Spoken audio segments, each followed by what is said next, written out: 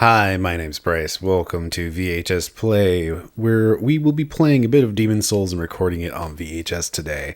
This is going to be just a one-off, and that's fine.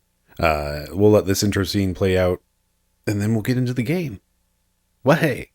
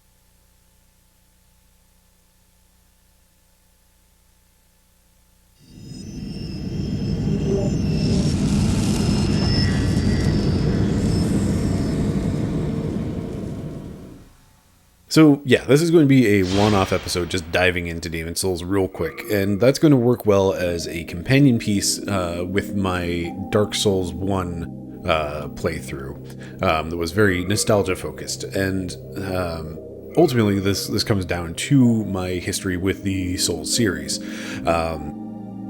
I played through Dark Souls, really loved it, eventually got myself a PS3, and at that point it's like, oh wait, I can get Demon Souls.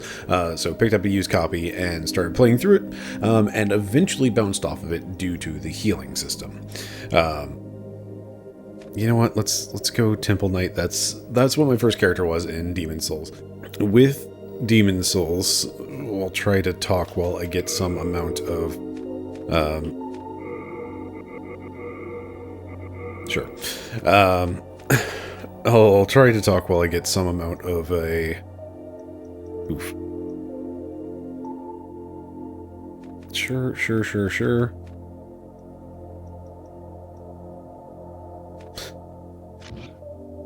Alright, that'll do, I guess.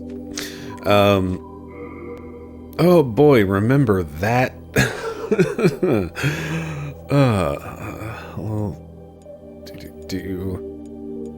I'm just going to go with the first thing that has popped into my head.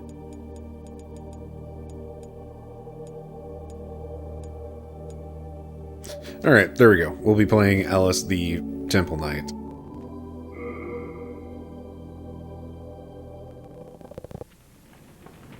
King Alant XII, by channeling the power of souls, brought unprecedented prosperity to his northern kingdom of Boletaria. That is, until the colorless deep fog swept across the land. Boletaria was cut off from the outside world, and those who dared penetrate the deep fog never returned. But Valarfax of the royal twin fangs broke free from the fog and told the world of Boletaria's plight.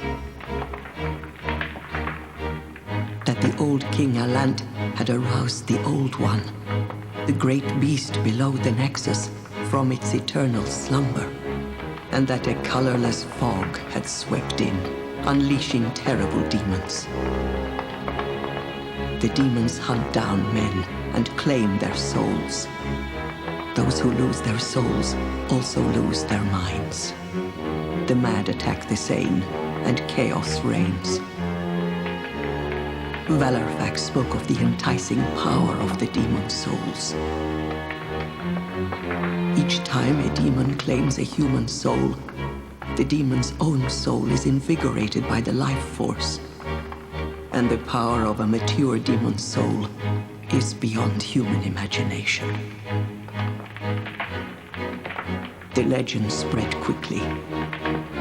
Mighty warriors were drawn to the accursed land, but none have returned. Bjor of the Twin Fangs, Yurt the Silent Chief, Sage Urbane, Skurver the Wanderer, the Sixth Saint Astraea and her knight Garl Vinland, and Sage Frake the Visionary. The colorless deep fog slowly creeps beyond Boletaria's borders. Humankind faces a slow and steady extinction. The deep fog will eventually swallow all lands near and far. But Boletaria has one final hope. A lone warrior who has braved the baneful fog. Has the land found its savior? Or have the demons found a new slave?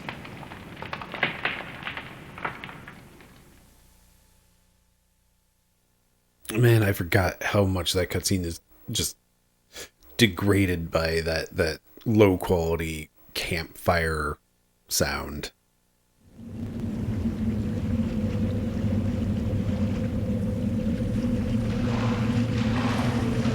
Brave soul who fears not death.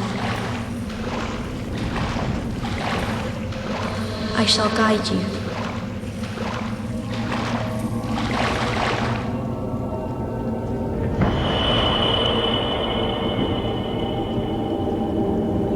So that you may lull the Old One back to slumber.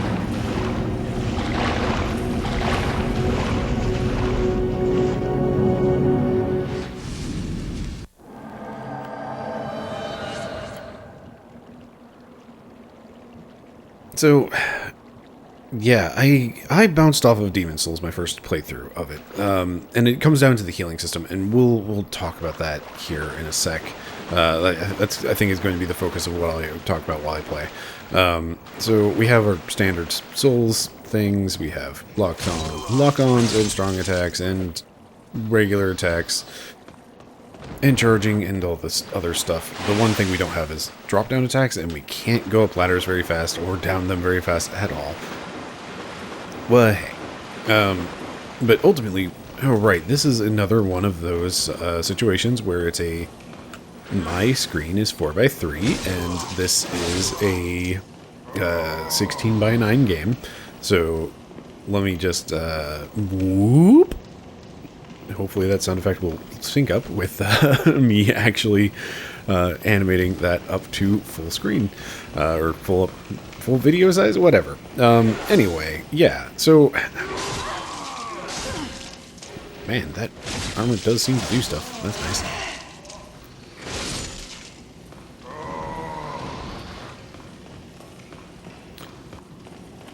So, Demon Souls. I came into it like just out of, played Dark Souls, went into Demon Souls, had just a real rough time of it, and like ultimately it comes down to the issue of the healing system. And healing systems are one of those very controversial things about all the Souls games because they've been pretty inconsistent with it, and ultimately only Dark Souls and Dark Souls 2, I guess Dark Souls 3 did alright, but like Dark Souls did a very critical thing between Demon Souls and Dark Souls, and that was the introduction of the Estus Flask, and that renewable resource of healing, so that you can essentially go through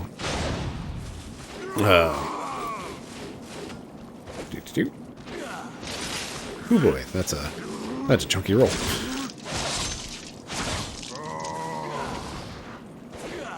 This halberd is just so much.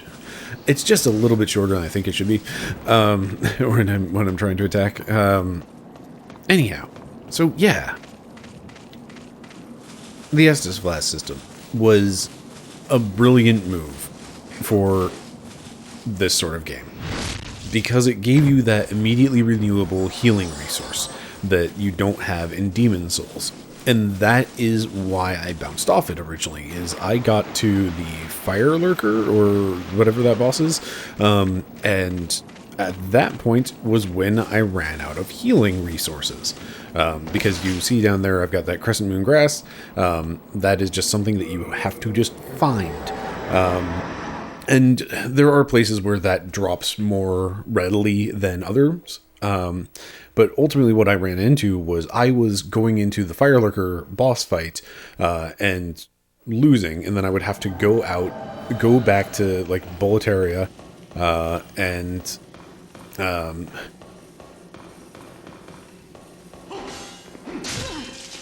excuse you.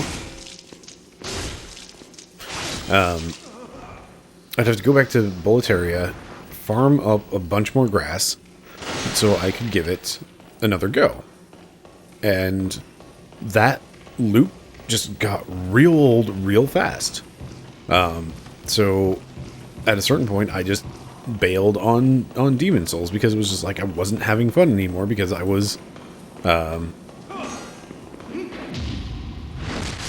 just having to go farm grass forever, and that was really not fun. And that is something that they added. Like when they added the Estus Flask, that gives you that immediately renewable resource, so that you have, you have things that you can deal with. So you don't, like, you can go immediately into fighting a boss again, instead of having to run away and farm healing items, which is a lesson they forgot in Bloodborne. It's very frustrating. I have very strong opinions about healing systems in Souls games. Ultimately, I think Dark Souls 2 almost did it best with the mixture of farmable healing items with the healing gems, but the Estus Flask, that you start off with only a single charge of it, and yes, you can immediately find another one tucked away in like the well or whatever.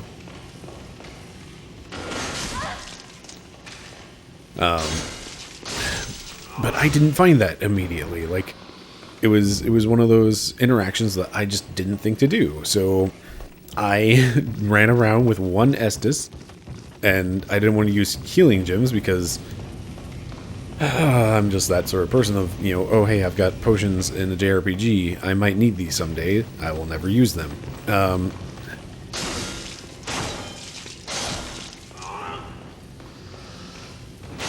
There's like a shove attack, yeah? Okay. There's nothing actually over here, right? Yeah.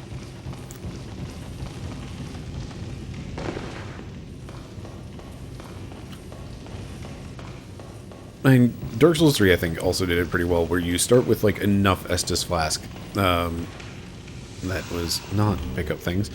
Hoo boy. I have been playing a couple different games recently, and they all have competing control schemes. This should be fun. Also, where is... There you are. Okay.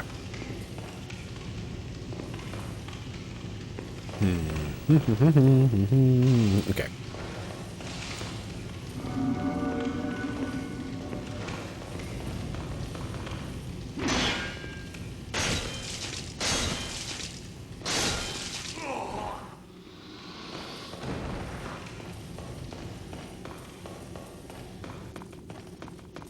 But really, just like the that you start with so few Estus Flask at the start of Dark Souls 2 is really my only complaint with that healing system.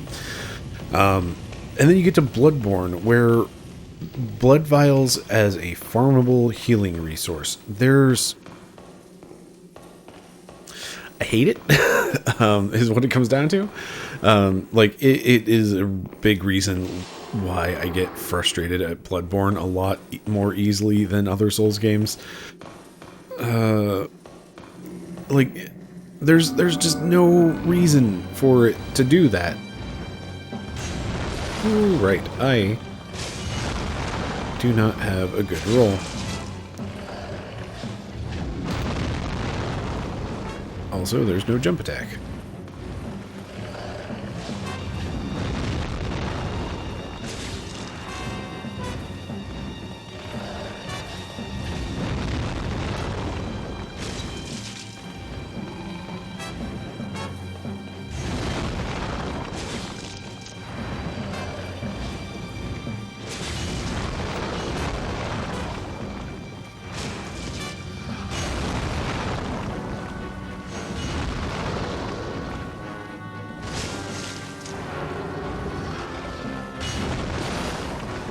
Anyway, I hate the blood vials. I like the speed of blood vials, and I really appreciate that they are a percentage of health based healing, unlike SS Flask having like a hard limit.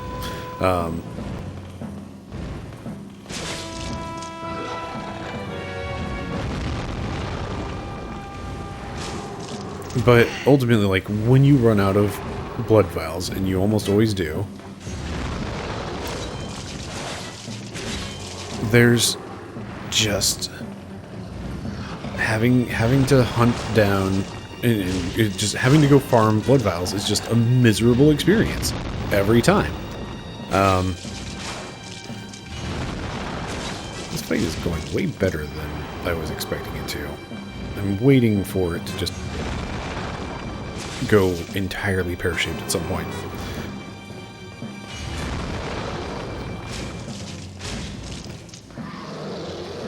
Anyway, all this is to say, like, the reason I bounced off Dark Souls the first time was the healing system and having to go farm things. And that is also the worst part of Bloodborne. And I'm really frustrated that they went back to that. I'm also really frustrated that between, like, Dark Souls had leveling up at bonfires, and that just vanished forever, even though it's essentially the same thing that you can...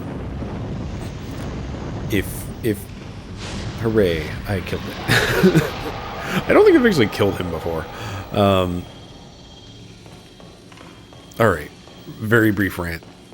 And I've had this rant before in my Dark Souls playthrough. It is absolutely purposeless that they took away the leveling up at bonfires and put that on the NPC back at the hub world, because having a hub in which you upgrade and level up stuff is the exact same thing as being able to level up at a bonfire when you can warp between bonfires, and every Dark Souls and everything has had warping from bonfires from the start of the game after Dark Souls 1, and that basically means that you can technically level up at any bonfire, it just requires 2 load screens, and boy howdy, the original load screens in Dark Souls 2 were really long. I don't remember Dark Souls 3 load screens. And I know Bloodborne is not the fastest to load, but yeah, it is functionally the same, except there's an NPC tied to it. But you could just take away, if you want to have something about you kill that NPC and you then lose that ability to level up, you can do that by just taking away the function from the bonfire as well. Anyway, I feel very strongly about that. That's why I keep ranting about it. I should talk about Demon's Souls, because that's the game I'm actually playing. How far are we going? Hey, I got a great Demon's Souls. Neato. Speaking of loading screens. I'm going to let this cutscene play out, and then I'm going to talk about Demon Souls, hopefully.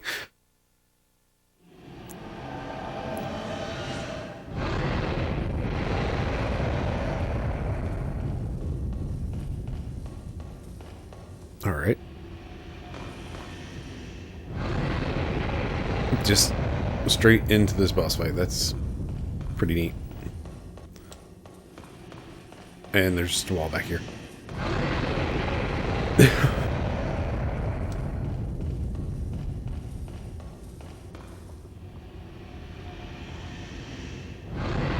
Man, this boss is heckin' cool.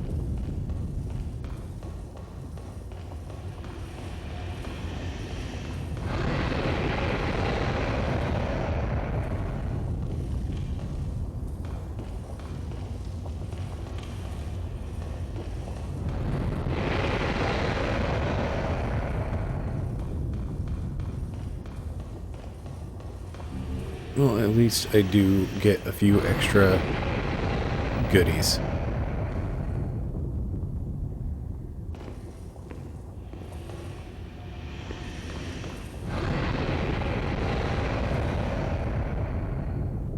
That's a lot of random little soul bits.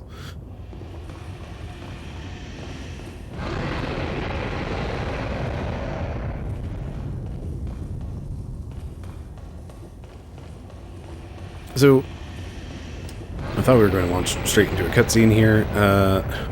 Turns out no. Man, look at that thing. That thing is so cool. Demon Souls is so weird. There's so much, like, really cool stuff about Demon Souls. No. Okay. Just had a bad read on that area.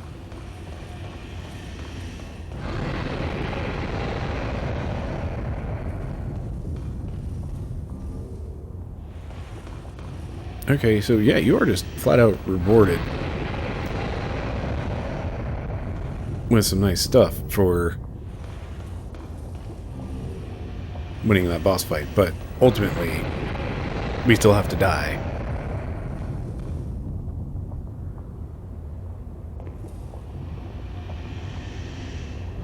I'm just kind of curious where this even is.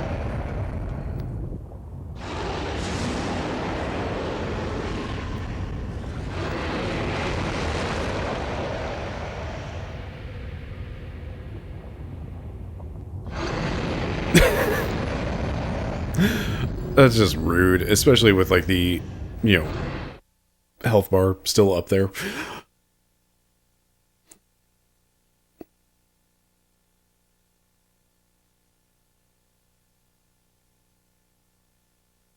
Alright, it's fine. Take your time loading PS3.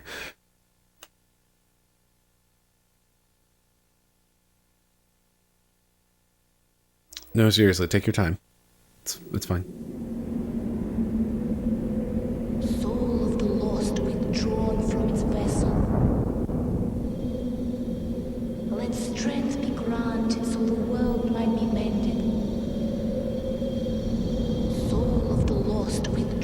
From its vessel.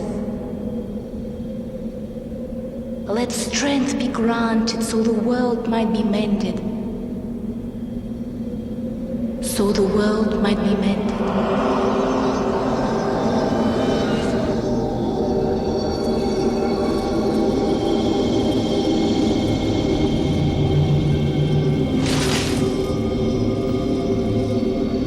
This is the Nexus. It holds together the northern land of Boletaria. Thou canst not exit the Nexus, but each of the 5 archstones will connect them to another.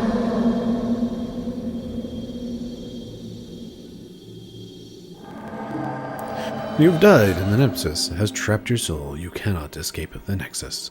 However, by capturing Demon Souls, you can reclaim your physical body. 1 Nexial Binding, and also that horrible, horrible mechanic of, oh, you have half health now. Well, you slipped through the fissure too, did you? You came for demon souls? Or to save this land and be remembered as a hero? And honestly, I'm just here for the day, my dude. Hunting for demons? Try one of the archstones. Now, go. That is why you came, is it not? To this accursed Boletaria. Thank you for the cutscene, my You dude. came for demon souls? Alright. So we've got... This is the tutorial pit, right? Yeah, so just tons of messages about, like, tutorial stuff. Oh boy, and there's the motion controls.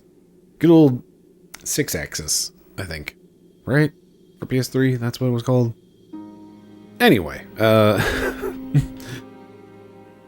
well, hey. If I've done my math right, hopefully this video will be going up on the PS5 launch day, which, hey, you know what comes out with PS5? Demon's Souls, again. Yay! I'm real curious how that remake's gonna go. Anyway, that's about all I've got to say on that front. Oh my. How has this happened? Has God abandoned us for failing to show proper respect to King Alant? Oh, Mbasa.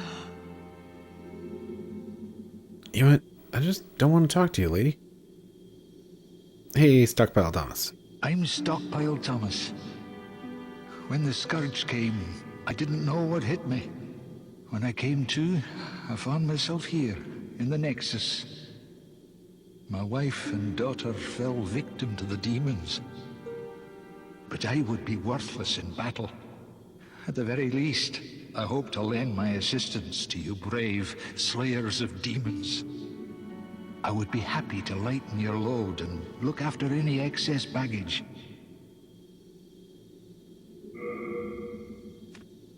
Please take the rocks. They are heavy.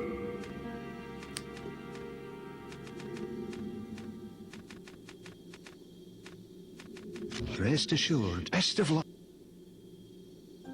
Alright, well, we are at the start of the game, which means we can't actually level up because it's a Souls game, and Souls games have done that from the beginning. So that as a system, like, I feel like this episode is going to be a lot less me talking about Demon Souls and a lot more of me just talking about Souls games in general, and like the differences therein, because that's kind of what happened when I came back to Demon Souls after having played Dark Souls. It was very much me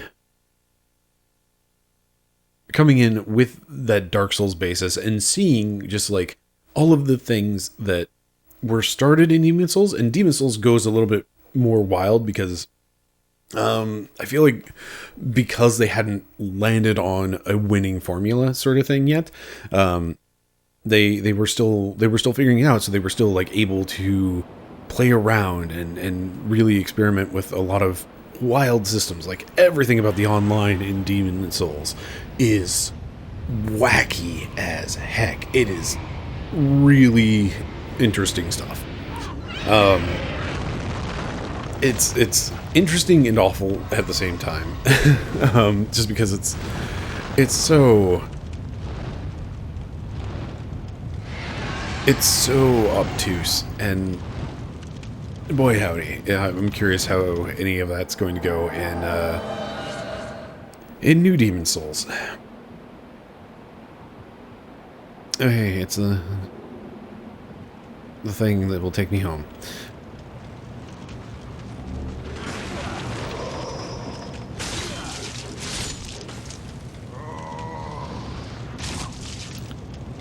Hey, how dare you not die in one hit?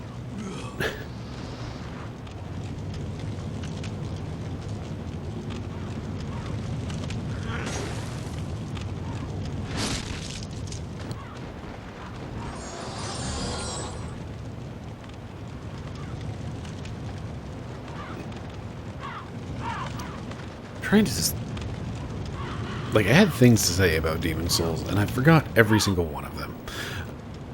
Ultimately, it comes down to, hey, let's compare Demon Souls to every other Souls game, because, you know, that's what we do.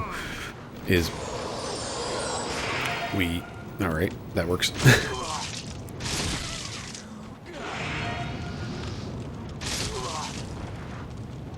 Real quick, that shield of mine, is it full 100 block? It is full 100 block. Cool.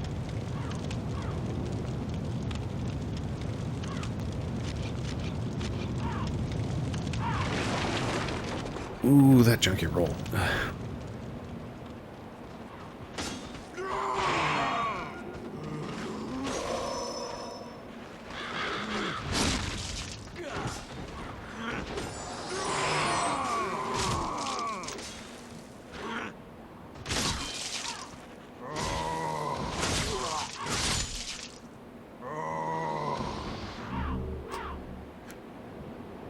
Right, so we're in the run-up to unlocking the ability to level up. And that is a thing I don't love about the Souls series.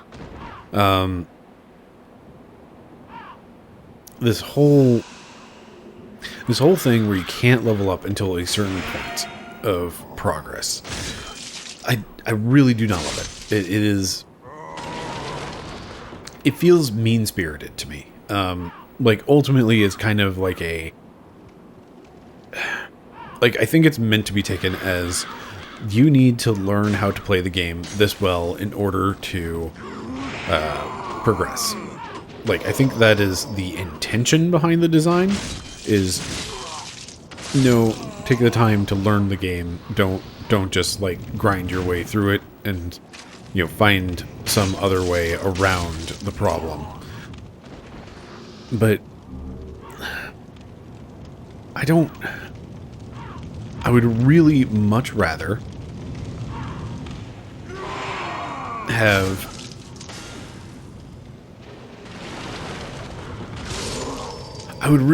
have it to where, if somebody is trying to play this game, they could level up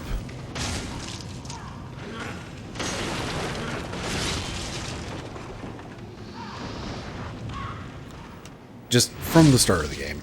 Like, this is again where we get into the which Souls game did it best, and it comes down to, honestly, Dark Souls 2. Because Dark Souls 2, you do not have to do anything. There's no like initial game boss. The tutorial zone is kind of a mess, and when I talk about Dark Souls 2, I'm generally going to be talking about base Dark Souls 2 and not Scholar of the First Sin, because Scholar of the First Sin feels like a Master Quest sort of edition, where they just kind of reshuffled things and kind of made the design a little bit more like oh gotcha sort of stuff.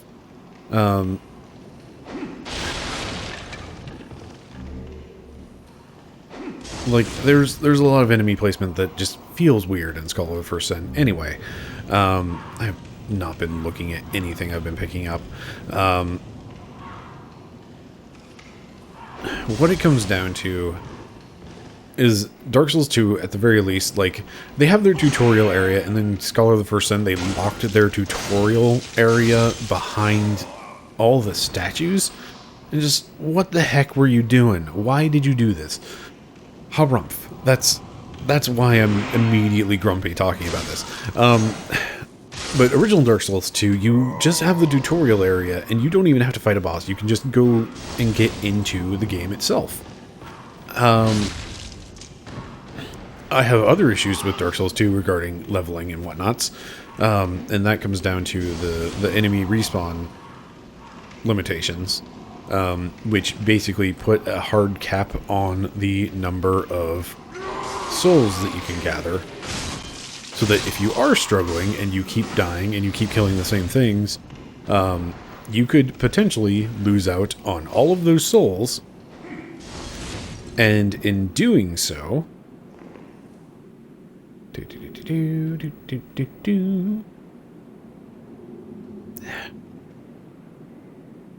like, basically, if you're having trouble and you're struggling in Dark Souls 2, and you run out of those souls, and you've killed those things enough times, I think it's 13 times, so that they stop respawning, then you end up in a situation where you can no longer level up to make the boss easier. So it's like, hooray, they have the enemies go away so that you don't have to fight them anymore, but that also kind of puts a penalty on you of there is now a hard cap to the number of souls that you can gain. And there is the hard mode covenant that makes it to where that counter no longer matters. And you can just... You jerk. You can sit there and farm to your heart's content, but...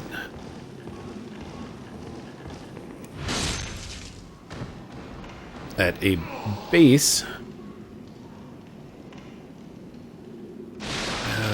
darn you, dark areas.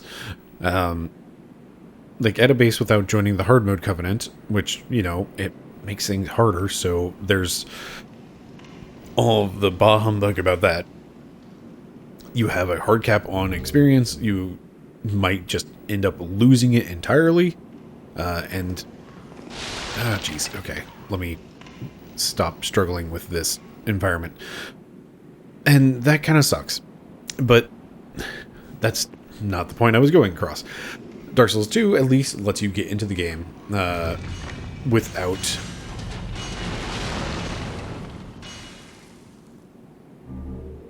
me. You can at least get into the game without having to do a you must be this tall to ride this ride sort of boss fight. In Dark Souls 1, I think it does it the second best because that boss fight is not particularly too difficult, and the bonfire is immediately in front of where that boss is. So it makes it a lot more forgivable.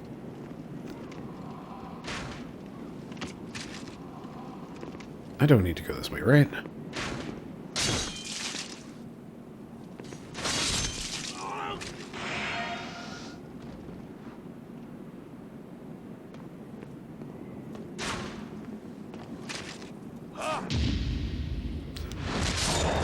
But we're going to, because why not?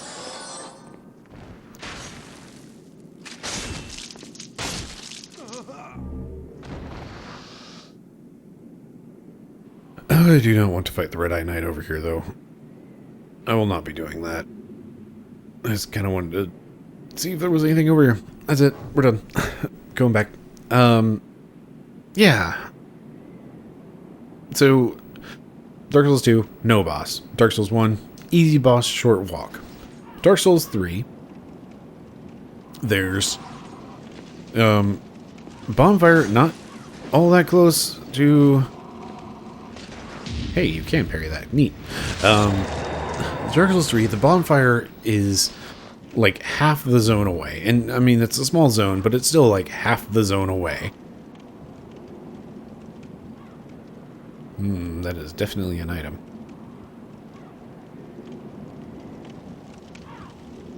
This is a shortcut, isn't it? We're gonna get the shortcut.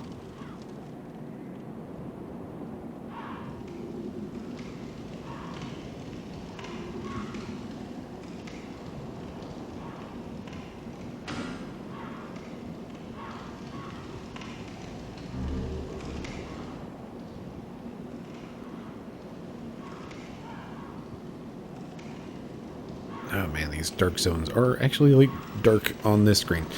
Cool. So basically we're talking Udix Gundyr. He's kind of a beast, honestly. Like this is where things got kind of a bit much with Dark Souls games, and like they kind of started buying into their own hype as the hard game. Please, no. Guys with torches in FromSoft games, they're always the worst.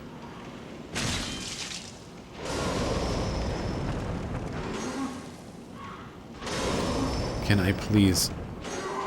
Thank you.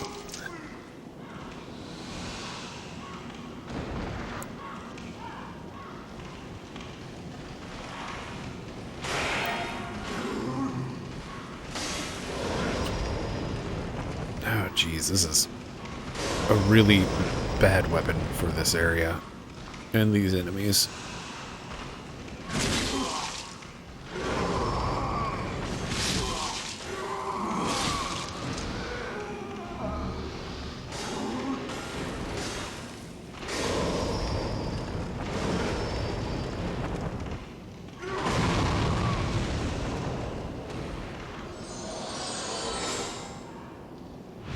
Anyway, Udix Gundyr, he's kind of a rough fight. He's really fast. Like, that's the main difference, is that it's really fast, so you just do not have the time to kind of pick it apart and really, you know, learn the fight at your own pace sort of thing. Like, you have to really... I missed a walk-off somewhere. Anyway, like, you have to really get into it and really... Oh, it is a very fast fight. Especially, like, in comparison to, you know, the Asylum Demon. He's just a slow, dawdly... Just, you know, you could play that classic... And that could be his boss music. It would work fine. He is slow and plodding. Hooray, old ragged robes. He's slow and plodding, and, like, he's pretty easy to read. He has a lot of reach, and that's, like, the thing that makes him potentially dangerous, and, like... But he's slow. And going into Dark Souls 3, you've got Udix Gundyr, who has a lot of reach, and he's really fast and really, really, really aggressive. And, like, this comes with, like, the combat speed increase that happened after Bloodborne. And, like, the bonfire is half the zone away. You have to go through all of the hollows to get to him. And it's just... It's kind of a sucky way to start a game off. Especially, like, if you're coming in and you're new to the whole Souls series or any of that nonsense. Well, hey, it's a crossbow.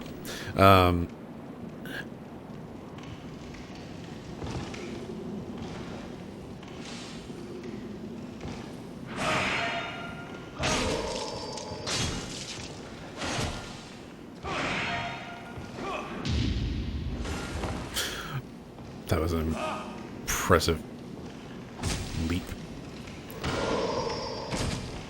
I'm dead. Not dead. Hooray!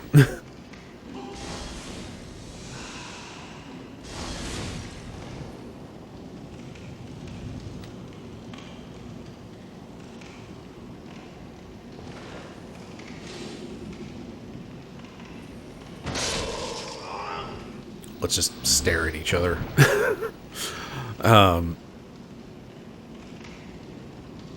But yeah, Dark Souls 3 goes into that, like, you must be this hardcore to play this game, like, right off the bat. And it's like, you can't do anything outside of go into that boss fight at the start of the game. And it's not a great way to start the game out if you're just getting into Dark Souls or anything. And I really am not a fan of that. And then Bloodborne does it even worse, where, like, the cleric beast, like, okay, so Bloodborne has the escape mechanism of, okay, you need insight to level up is what you need. It's not that you have to fight a boss, it's just that you're probably not going to get insight until you fight a boss. There is a ring down there. I need to make that leap.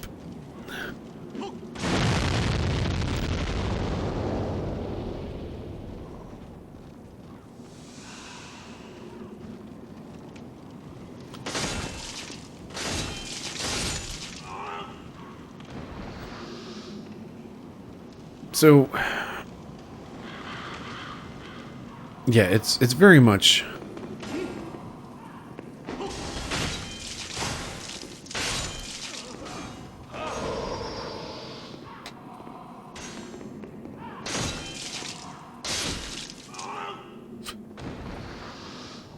It's very much that in Bloodborne, you're most likely going to fight a boss. And honestly, I didn't find the cleric beast first as my first boss. I found Gascoigne.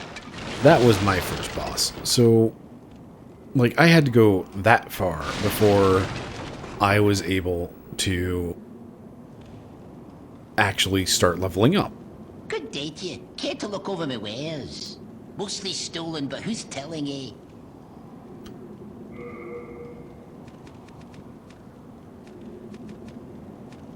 Well, we could get ourselves a slightly lighter, smaller weapon. Good old classic longsword.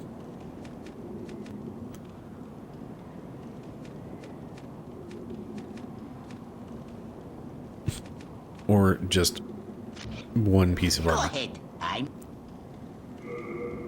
What are we even wearing? Murden. Murden.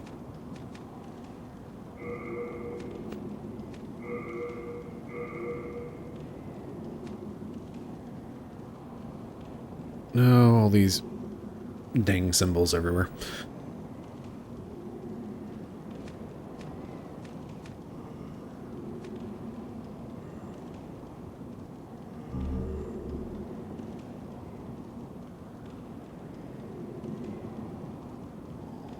Good lord.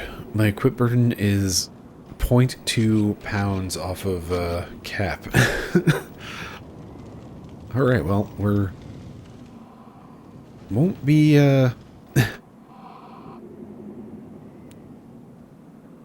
won't be looking into any other gear, I guess.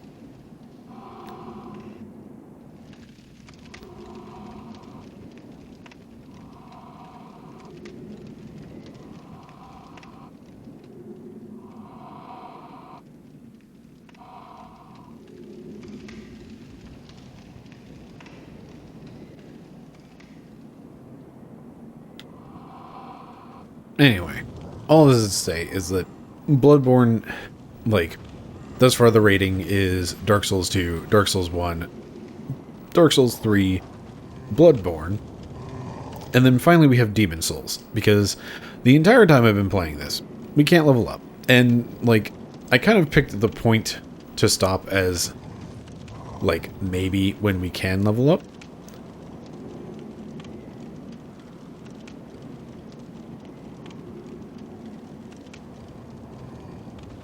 And I don't think we're going to make it there, honestly, because we have to fight the first boss still. To get to that boss, we need to go through the entirety of the first zone. And we might as well wear that ring. When did I pick up the cling ring? Great. Oh, hey, it's Ostrava. That was a bold jump. A surprise indeed. Well, now that you are here, pray thee, fend off these dreglings. Hey, you got it, mate. That was a bold weapon.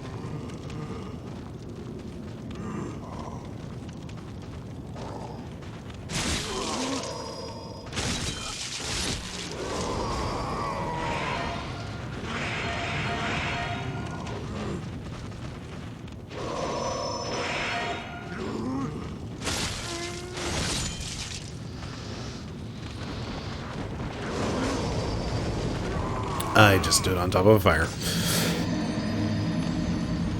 I tried to straw. Ultimately, like, this entire zone has to be done before you can level up. And that's kind of ridiculous. Like, I've been playing this game for almost 50 minutes, like, at least since I started my audio recording. And we just died, so that means we're back at the very start of it. We do at least have the cling ring, so we should have an easier time getting through. Theoretically.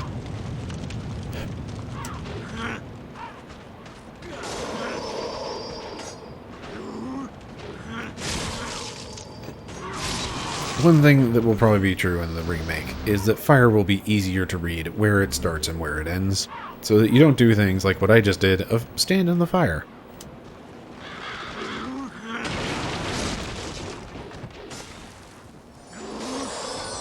And yeah, there's just no way we're gonna make it, like, to the point that I could level up in a single episode. Like, maybe if I hadn't died, maybe if I had focused primarily on that whole idea of let's just get through.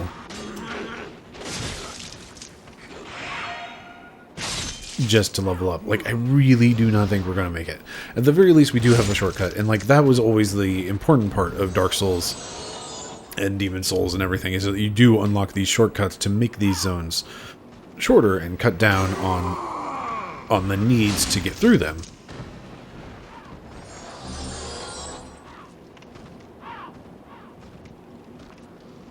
But, like, again, the problem right now is that I can't level up. I can't do anything to, like, increase my character power. So the only thing that can be done is that I, as a player, can get better, which, again, like, there's some amount of, like, okay, fine, like, yes, you need to learn the game, but also, I don't know, I just want people to be able to enjoy these games, is what it comes down to. How dare I?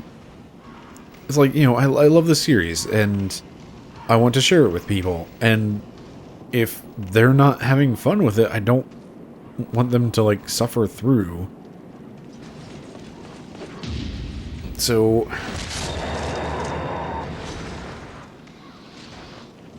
oh, that was interesting. I think, yep, this is a load trigger. You can see right through that door, that entire tower unloads, crossing that threshold. Alright, well, we are back to where we were. So maybe it's not as bad as I thought. But we're still probably not going to make it through to the boss fight. Hey, Estrella. That was a bold... No comment on my death. Thanks.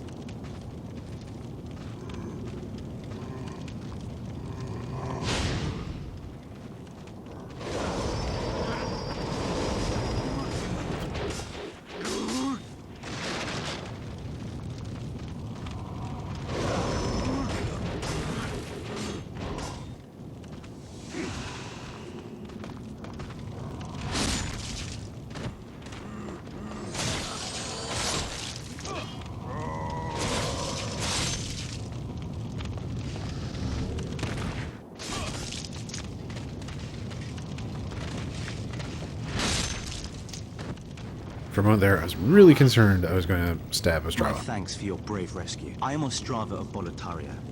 Accept this as a token of my gratitude. Thanks, mate.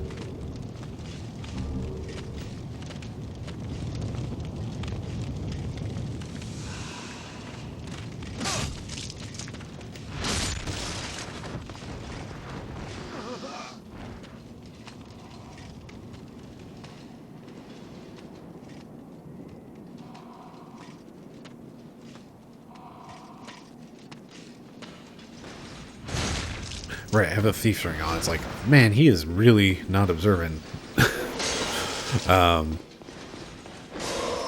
Hey, you're still alive. How dare you?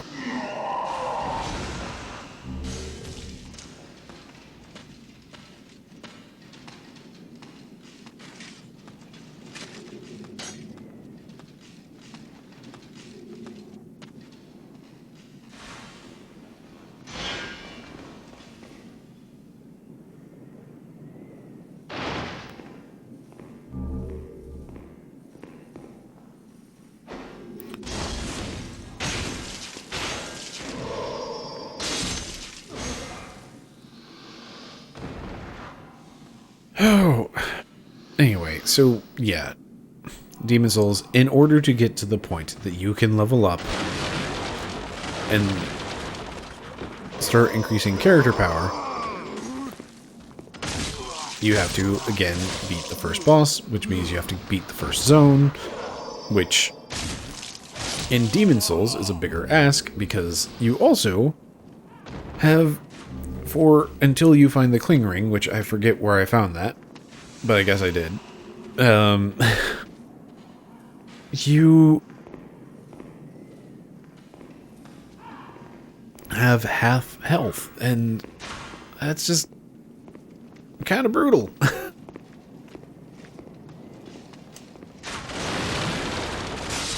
Alright, there you go, Estrava. I helped.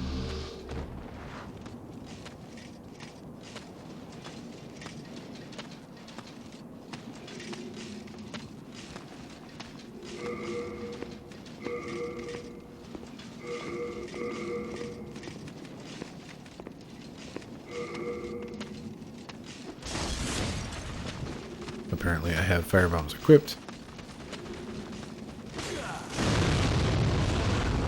Problem solved.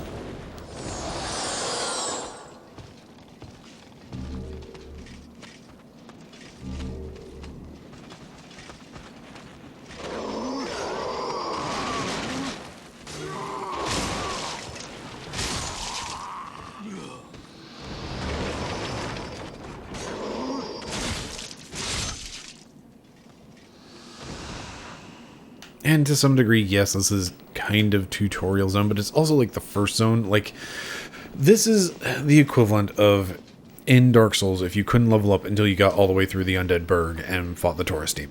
Like, that's really what the equivalent of this is.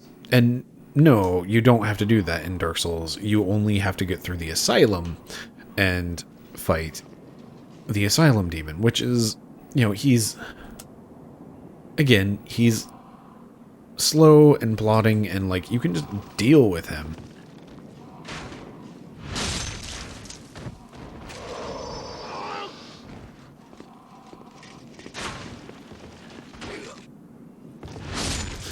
Here we have this real big zone. We're going to have to deal with a Drake.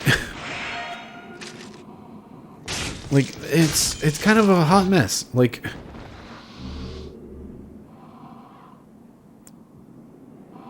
there's just so much that you have to do to even get to the point where you can level up. Oh hey, you're a knight.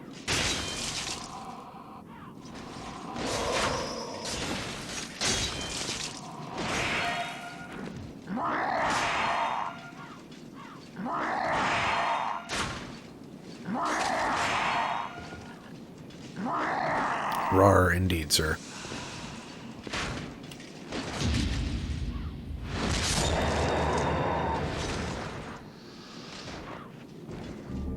Ooh, hey, night shield.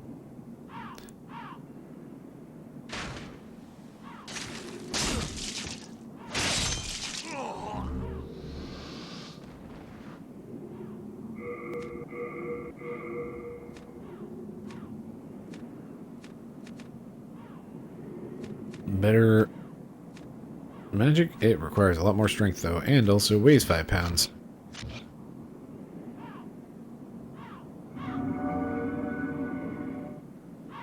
I keep forgetting I even have a heal spell.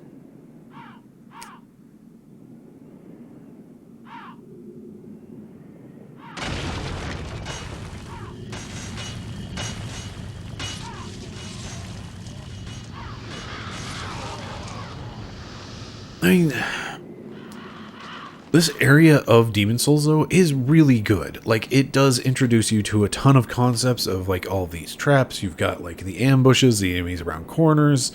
You have, like, the dark areas. You've got the fire barrels. You've got a lot of ideas are being taught to you here. And they're all really good. It's just that you can't level up, is my complaint. Like, that's really the thing. Is just, if you could level up, then you wouldn't have this kind of very large ask. Let me just stand here while he stabs me.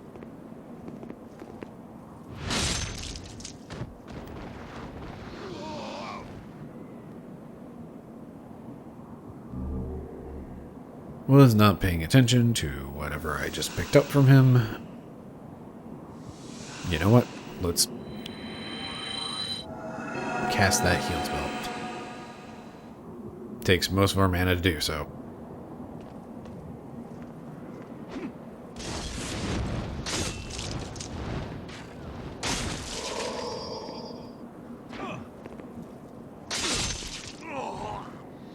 But then you get here, and it's like, oh, hey, there's a fire-breathing Drake on a bridge.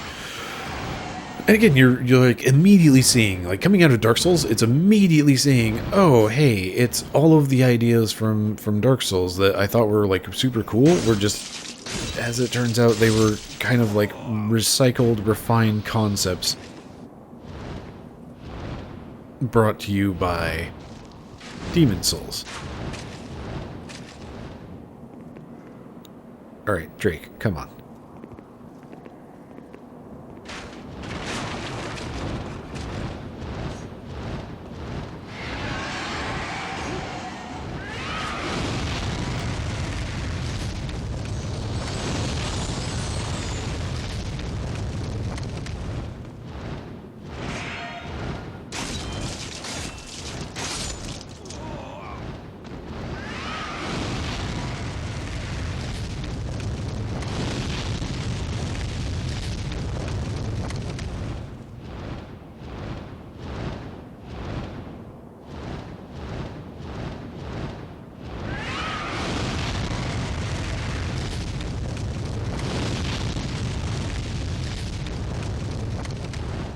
Alright, so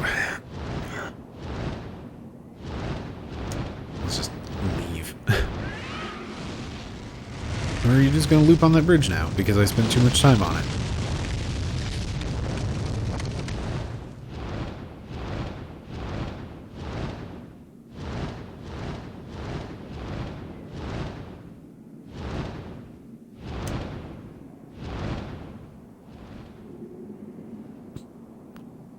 There we go.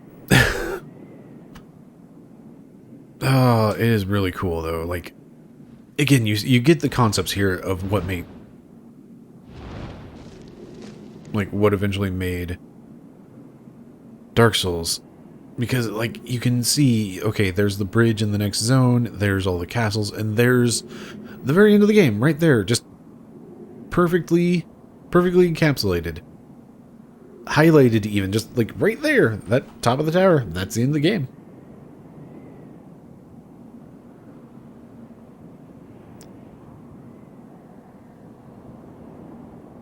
It's all of that, you know, if you can see it, you can get to it, all that fun stuff.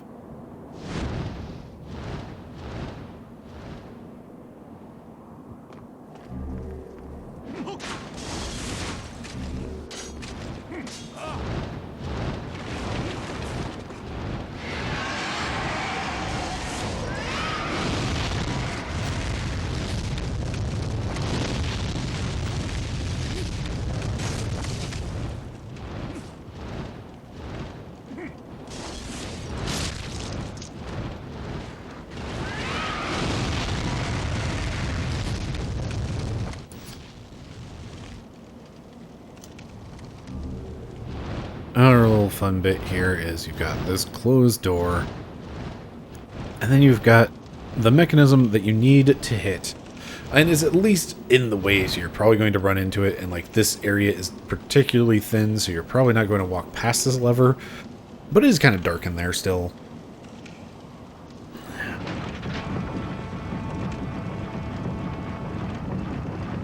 Anyway, so this is finally unlocking the boss, so that we can go fight that, and if we beat that, then we can finally go and level up and use our souls. We had a shop that has very limited items, and like most of those items are the big chunky armor that most characters are not going to be able to even use.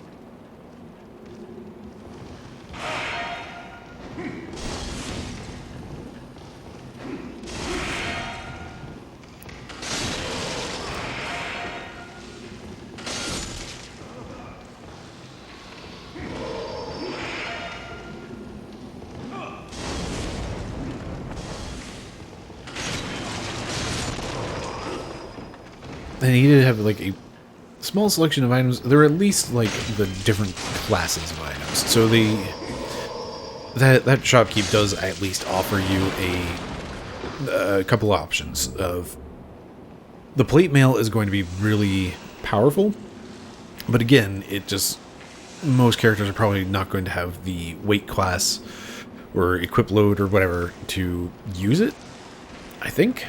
The weapons he had on offer, he had the longsword, which is, you got your sword, you had a spear, you had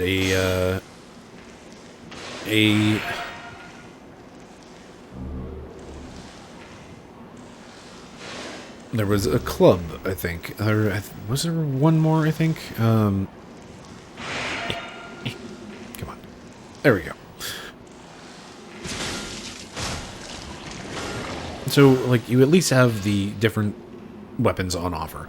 Also, this dude here, being here, I really do like that. That is a great tutorial little bit of moment of just like, oh, hey, here's a thing. It has a shield, and you can't attack it very well from the front.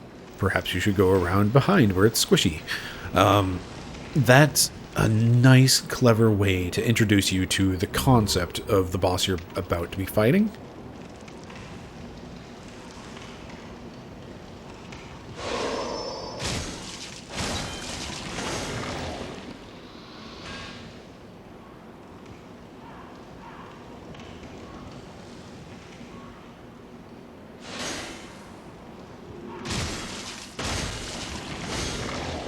And they do it 3 times, so you know it's going to be on the test.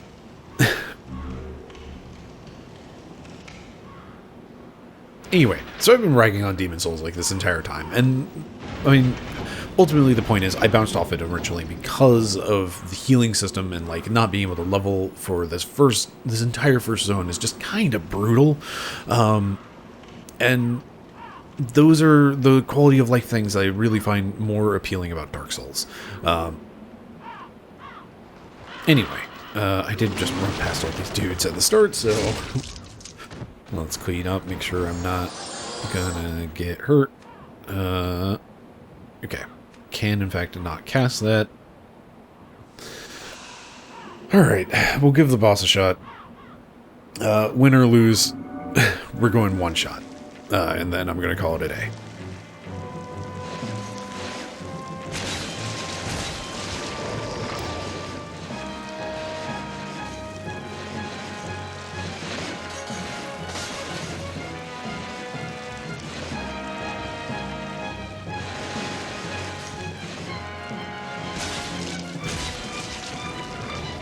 In terms of first bosses, though, like, this is another one of those bosses that I think works really well as an initial boss.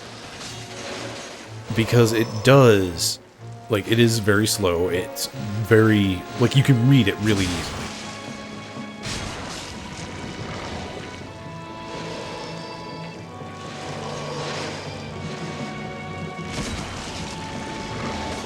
It's not doing a great deal of damage to me. I do know that playing a Templar Knight, I've got, like, pretty decent armor.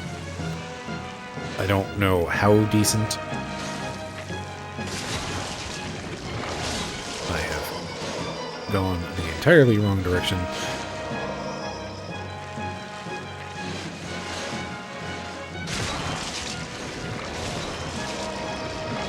Ooh, boy.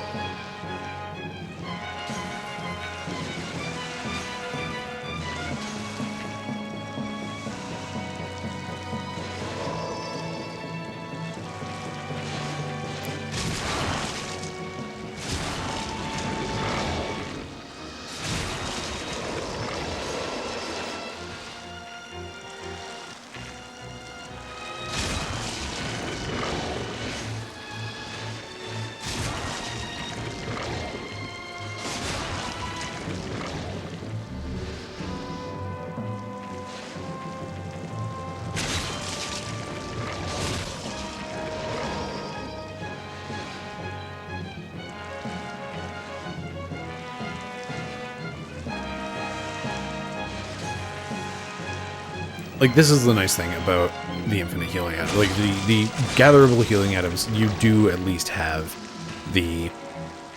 You can spend however much you want. So, like, I don't have...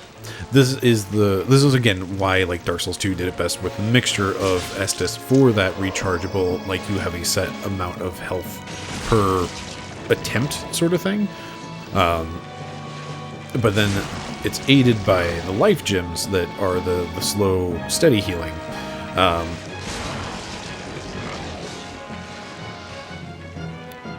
And being able to spend what you want or what you need.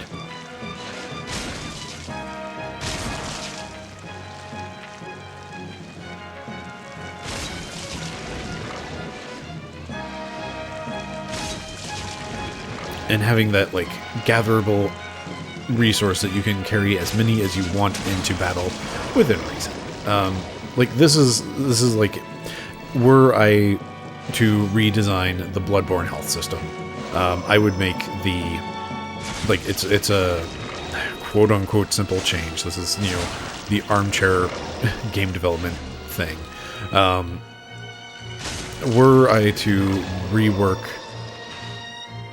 Bloodborne's healing system to something that I would personally like a heck of a lot more.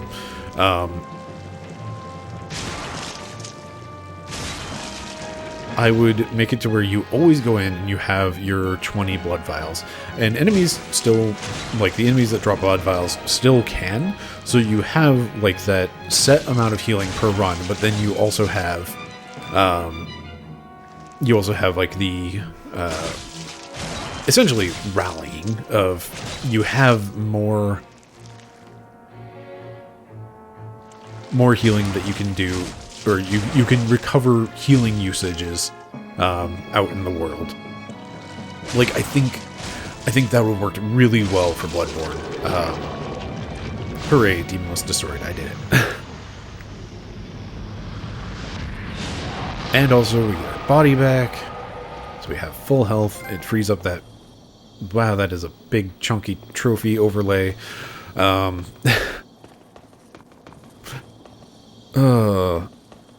have played this before, I swear.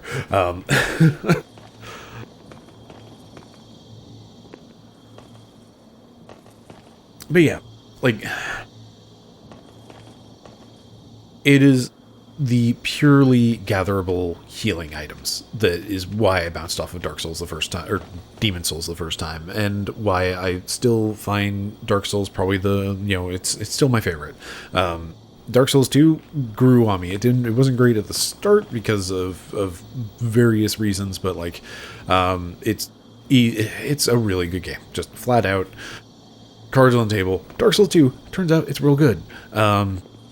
It plays a little bit different, and it just kind of felt floaty compared to Dark Souls. We'll talk about that if I ever actually play Dark Souls 2. But anyway, let's close on this. Demon Souls is a really strong game, and like it's full of really neat ideas, and like you can see all of the DNA. Like there is that direct lineage that you can actually see that this is when we crossed over from the Kingsfield era into Souls like lineage, and that was the evolutionary shift is clear in Demon Souls, and it's full of really interesting ideas, and it's got some great boss fights. They're all, like, a lot of them are just so much more unique than what we ended up with in the rest of the Souls series, honestly. Like, everything else seems to be about, like, oh, learn the boss and dodge it and whatnot, and Demon Souls is very much about solve the boss. And it still has that execution level, but it also has, like, a lot of really great stuff. Anyway, I'm looking forward to playing the remake on PS5 at some point, so I'm not going to carry this on. This is just going to be a one-off episode to celebrate the launch of PS5, I guess. So, yeah, this has been a fun little bit over an hour.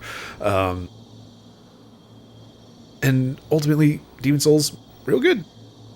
And yeah. It was just the healing items that I bounced off of because having to gather that and like not being able to retry the boss, and like I didn't really understand that I could have just gone to a different archstone. Like it didn't seem like a good idea to me. It seemed like they were in an order for a reason. But when I did come back to it eventually, had a blast with it. Didn't have as many issues with the fire lurker. Man, I never know how to wrap an episode. Let's just go ahead and sign off. Hey, there's oh right, the PlayStation 3 actually has a select button. Well, I have no idea how to get into how to get into emotes, so let's just shake the controller around while holding X and see what happens. Thank you very much for watching. I've been Bryce. This has been VHS Play. Have yourself a lovely evening. Hey, I found things. Do nothing. Okay.